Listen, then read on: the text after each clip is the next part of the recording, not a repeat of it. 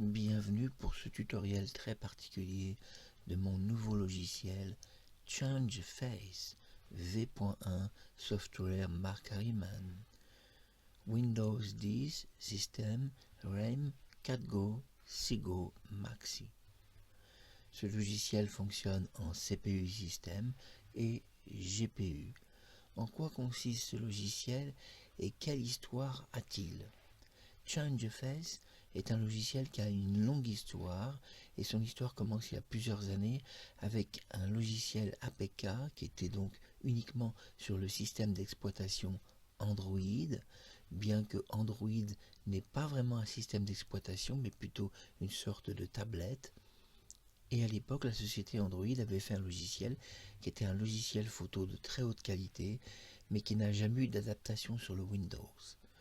Comme vous savez, Microsoft a des composants assez complexes et la plupart des programmateurs préfèrent faire des logiciels en Android System parce que c'est plus simple plutôt que de les faire en Microsoft où ça demande des déverrouillages, des autorisations spéciales.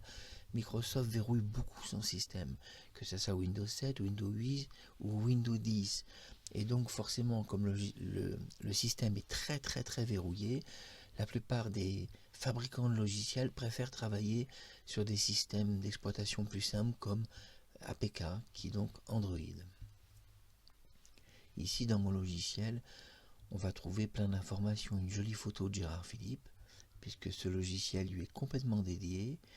Et puis en haut, nous avons 3 points, un point vert, un point orange, un point rouge. Le point rouge permet de sortir du logiciel, le point orange permet de le minimiser dans une barre de tâches Windows et de faire apparaître votre ordinateur, car mon logiciel va automatiquement, et cette mesure de sécurité va aider votre système. Et enfin, le bouton vert est une information. Sur l'information de base, il est écrit à propos de ce logiciel. C'est une version d'assemblage créée par Mark Harriman, permettant la version donc inédite de la création de masques en 3D facial. En version open source, publique, sans mise à jour, version portable, USB. La version originale de ce logiciel a été remaniée en Russie dans une version gratuite mais sans version portable.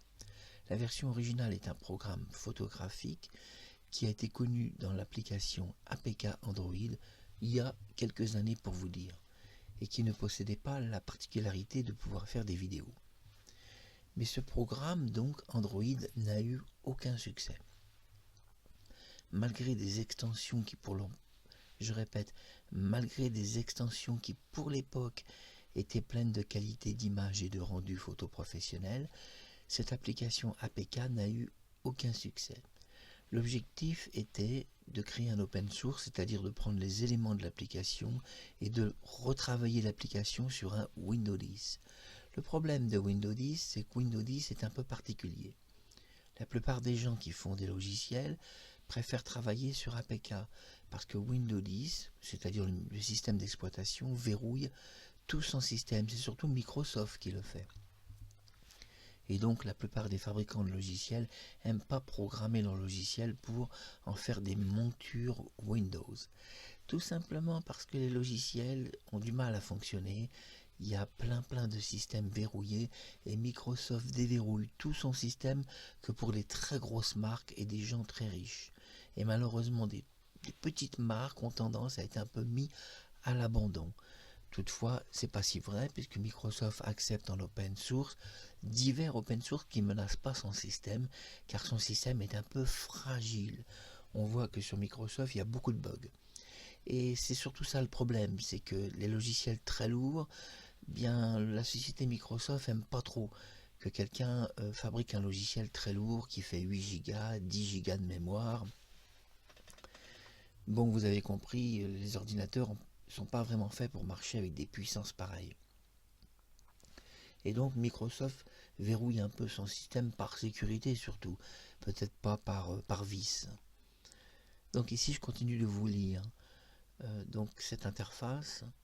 Ici c'est une version sous Windows 10, c'est une version vidéo Swapface Direct System et propose des variantes parfaites en HD. Oui, il y a une variante qui est parfaite, on va voir ça ensemble dans quelques minutes, c'est l'amélioration faciale. C'est une version vidéo swipe, donc direct, mais comme l'amélioration du visage swipe face direct demande beaucoup de données, beaucoup de puissance, le système est un peu plus lent et il faut compter quelques heures de plus pour faire une vidéo seulement de 2 minutes. Ici dans la présentation, je dis qu'il y a une présentation vidéo et vous la voyez en ce moment, c'est cette présentation donc où j'explique la nature et l'histoire de ce logiciel. Parce que ce logiciel a une vraie histoire, c'est ça qui est intéressant. Un petit logiciel en bonus a été mis en service, DronePen, qui permet un miracle sur les photos. Donc, je vais vous expliquer en quoi consiste DronePen. Comment faire fondre par exemple une bouche, la suppression des arrière-plans et plus encore. Dans mon logiciel, on va trouver Cleanup Live. C'est très intéressant parce que ce Cleanup Live ici montre que j'ai 18 Go de mémoire et vous voyez c'est quand même beaucoup d'avoir une telle mémoire. C'est beaucoup parce que je suis en mémoire virtuelle et vous voyez qu'on peut créer grâce à ça une extension entre le système d'exploitation de Microsoft Windows 10 et le Cleanup Live permet une extension de puissance de votre ordinateur. C'était un peu obligé que ça soit intégré. Le DronePen est un logiciel NCH qui est en supplément, qui se présente d'une façon très simple. Vous avez une feuille, vous voyez, on peut faire des dessins comme Mario Paint, vous vous souvenez, ce logiciel qui était un logiciel de Nintendo.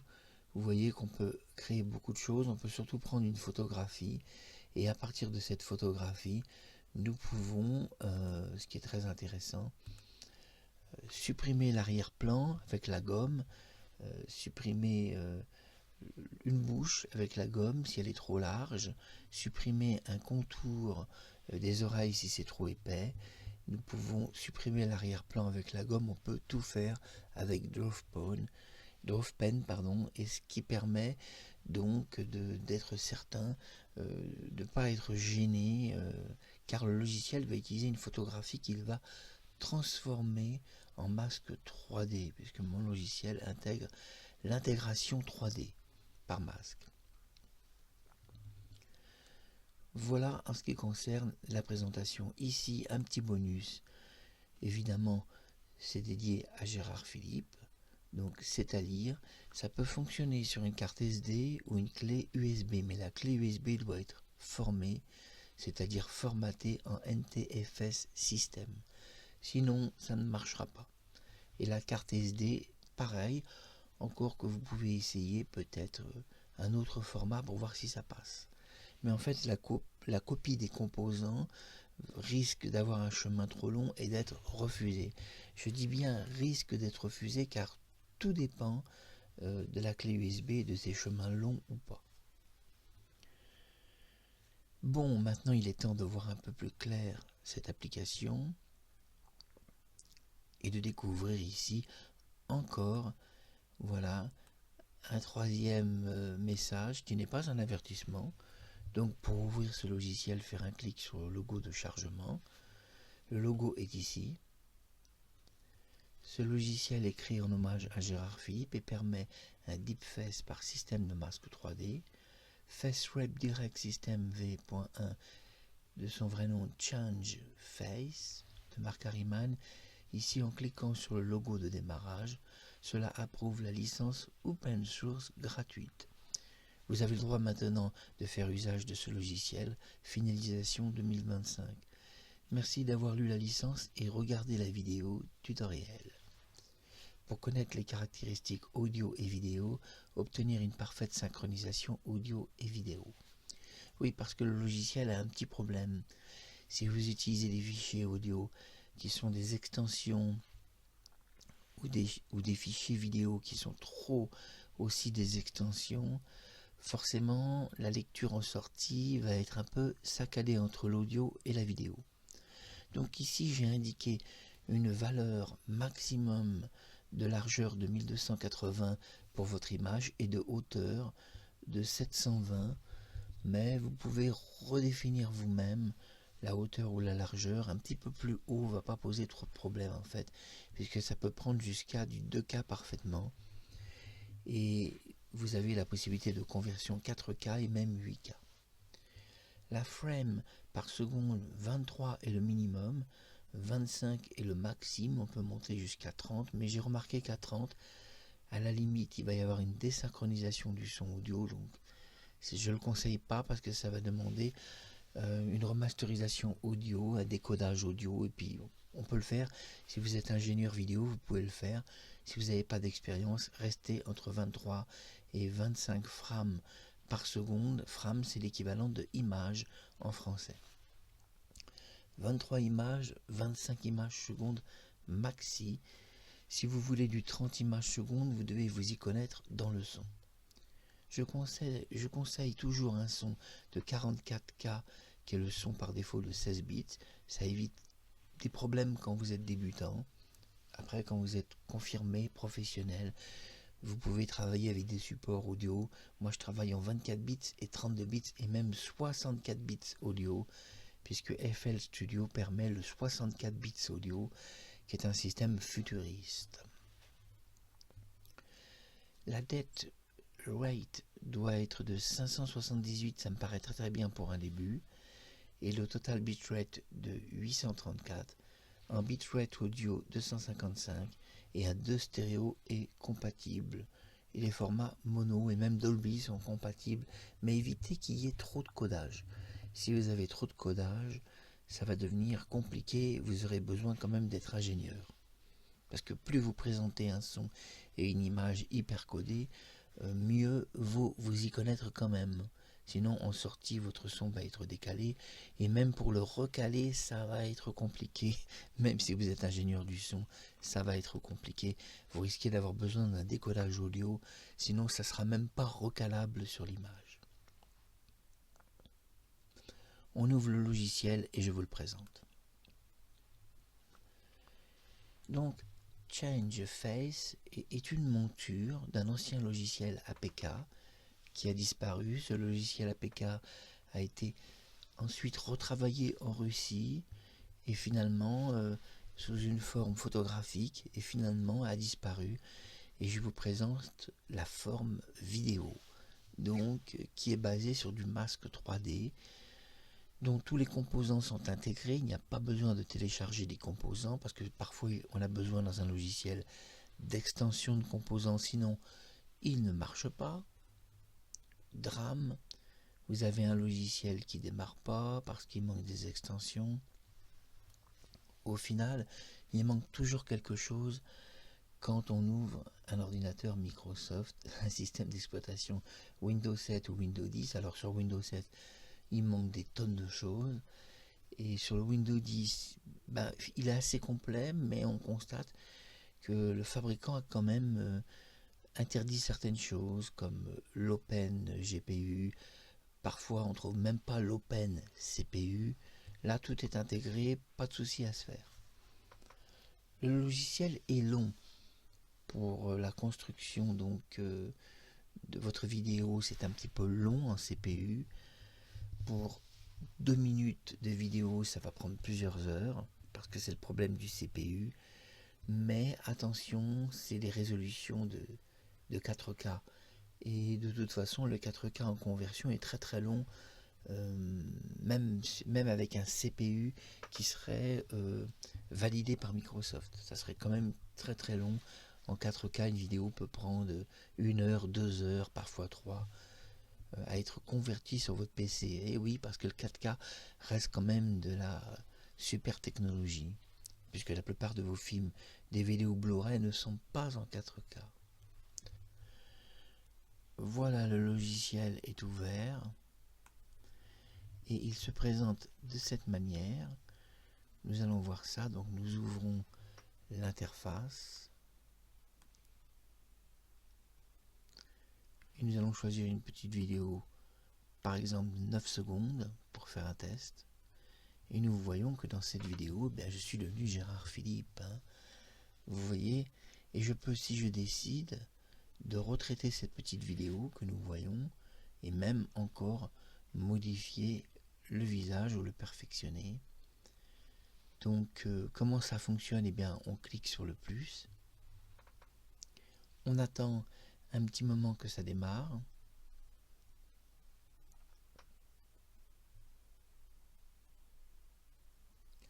Le démarrage, je l'ai dit, peut être court, peut être long. Ça, c'est le problème de Microsoft. Et nous voyons qu'apparaît, l'ancienne monture d'un logiciel qui était un logiciel photographique APK. Et vous voyez, au départ, le logiciel était comme ça, il n'y avait pas l'interface vidéo. Et moi, j'ai fait un open source qui s'est appelé syntonisation par 3D Mask. Et donc là, nous voyons l'interface d'époque APK que j'ai laissé parce que j'ai trouvé c'était mignon. Et nous allons prendre ici une photographie.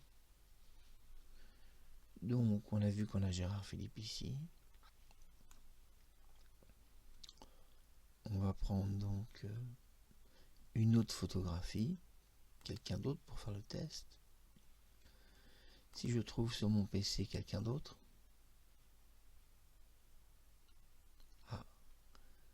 bien sûr, j'ai toujours une petite photo de Sophie qui se balade sur mon PC.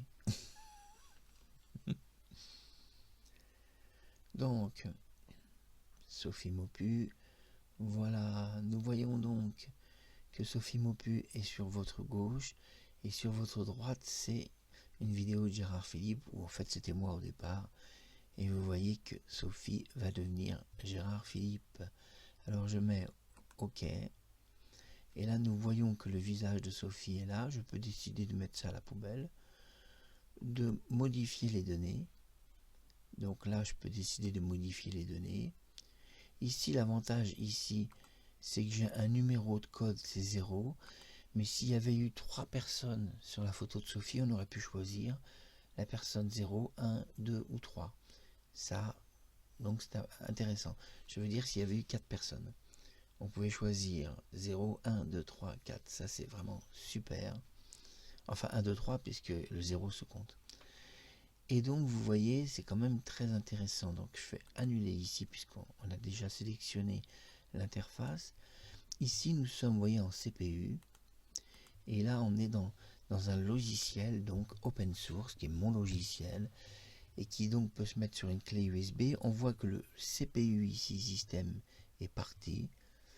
Et nous pouvons, dans une certaine mesure, lancer la virtualisation. C'est mieux de la lancer avant.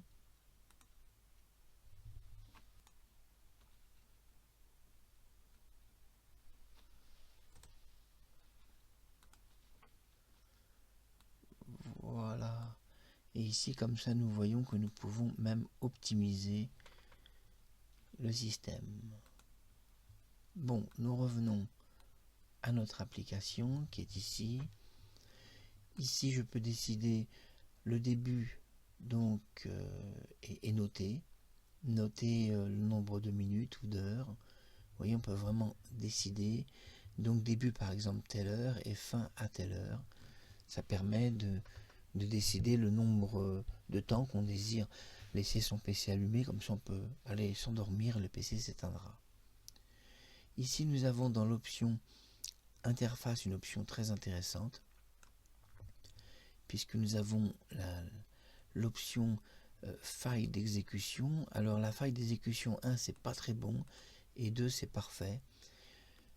Donc le seuil de sensibilité du suivi du visage, moi j'ai mis 0.9, mais en fait il marche à partir de 0.85. La vidéo, bon, conserver l'audio, on peut conserver l'audio, on peut copier l'audio, conserver. Alors on peut conserver l'audio par copie, et donc si on le fait par copie, c'est très bien aussi parce que ça copie l'audio. La qualité vidéo 60, alors 60 c'est une qualité 4K et même début de 8K. Et si vous mettez à 100%, alors là vous avez une qualité qui même doit dépasser un peu le 8K, on doit monter jusqu'en 12K en fait de qualité. parce qu'à 60 on est déjà en 8K, et du bon 8K, hein. Donc à 100% on doit monter facilement en 12K. Donc vous voyez, c'est un logiciel super puissant. Donc pour le démarrage de l'encodage, eh bien, il suffit de cliquer sur démarrage de l'encodage, et donc va démarrer le logiciel. L'encodage commence et nous voyons que le CPU monte directement à 100% et la RAM à 93. Voilà comment se compose mon logiciel. Je vais le stopper parce qu'on ne va pas aller au bout de ce tutoriel. Voilà, c'est une sécurité. Ce qu'il y a bien dans mon logiciel, c'est qu'on peut le stopper immédiatement. Et sur ce genre de logiciel, on ne peut pas les stopper immédiatement. Là, il y a 2 boutons de stop et un arrêt forcé immédiat, il n'y a pas à attendre. Comme ça, si vous êtes fatigué, vous stoppez tout immédiatement. Alors, qu'est-ce qui se passe? Eh bien, en sortie, la vidéo, au lieu que ça soit Gérard Philippe, ça sera Sophie Marceau, tout simplement. Je suis Marc Harriman, merci d'avoir vu ce logiciel 2025, qui est encore un autre logiciel, qui est ChangeFace, qui est un logiciel qui pour le moment m'est uniquement réservé. Il n'est pas réservé au public pour le moment, mais vous savez que tous les logiciels que je fais, pratiquement tous seront pour le public un jour. Et le logiciel, le projet a commencé en 2024 et c'est achevé en mai 2025. C'est un projet quand même qui a duré un peu plus d'1 an. Et tout est parti sur un projet photographique d'une société APK qui était un simple logiciel photo. Et au fur et à mesure, avec les masques 3D, avec la virtualisation, avec la vidéo, avec le 8K, petit à petit, je suis parti sur une monture Microsoft Windows 10. Donc un logiciel gratuit qui se place sur votre clé USB, sur votre carte SD ou sur votre disque dur externe. Évitez de le faire tourner dans le système parce que c'est quand même très puissant. Et puis surtout, ça annule tous les bugs. Vous savez que si vous avez une clé USB et qu'un jour quelque chose bug, vous avez juste à retirer votre clé USB. Vous me direz, ma clé va s'endommager? Absolument pas, parce que dans votre clé USB, je répète, dans votre clé USB, vous avez l'option retirer en toute sécurité ou l'option retirer sans sécurité.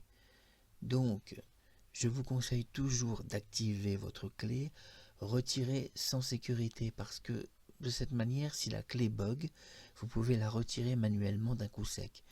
Alors que si votre clé, vous ne pouvez la retirer que d'une façon sécurisée, donc ça veut dire qu'un cache va se créer dans la clé, et bien ce cache va être endommagé et votre clé sera détruite parce que le cache passe par l'MBR de la clé. Donc votre clé, elle finit à la poubelle automatiquement. Donc programmez votre clé USB toujours systématiquement, programmez-la en la sortir d'une façon non recommandée, c'est-à-dire sans sécurité. Alors là, il n'y aura pas de cache qui va être créé par Microsoft, et votre clé, si elle n'a pas de cache, le MBR ne peut pas s'abîmer. Donc vous retirez à la main et votre clé, elle ne s'abîmera jamais, et vos logiciels non plus, et ça arrête le logiciel immédiatement, ça l'arrête d'une façon forcée, et s'il y a un bug informatique, vous êtes obligé d'arrêter la partie physique, c'est-à-dire de retirer votre clé USB. Alors ça, les gens l'ignorent. Moi, j'ai perdu beaucoup de clés USB, au moins une dizaine, avant de comprendre que ce que Microsoft propose, le retrait en toute sécurité, c'est pas une bonne idée. Ça détruit le MBR. Donc moi, j'écoute de moins en moins Microsoft parce qu'ils racontent beaucoup sur la plateforme de bêtises. Une clé USB ne doit jamais se retirer en toute sécurité. Vous ne devez jamais inscrire un cache parce que votre clé, elle est sûre de finir à la poubelle. Donc une clé sans cache, donc sans indexion aussi, c'est mieux. Sans cache et sans indexion, ça, vous trouvez ça dans la propriété de votre clé et vous retirez d'une façon sec. De toute façon, s'il y a une indexion, c'est pas grave du moment qu'il n'y a pas le cache qui est écrit. Donc vous allez sur Microsoft et vous demandez comment retirer une clé USB d'une façon non sécurisée. Donc vous aurez tous les détails et c'est assez simple. Ça permet surtout d'éviter les bugs, parce que je vais vous dire, quand il y a un bug sur un cache, votre clé, elle est détruite immédiatement. Elle est foutue. Voilà, et vous la redémarrez jamais, parce que le MBR, quand il est cassé, c'est terminé. C'était Marc Harriman, merci d'avoir vu cette vidéo de mon nouveau logiciel ChangeFace, qui est un système direct vidéo et très intéressant avec Mask 3D. Il suffit de mettre la vidéo et elle est immédiatement attrapée à partir d'une simple photo qui va devenir un masque 3D et immédiatement tout le traitement va se faire. À très bientôt.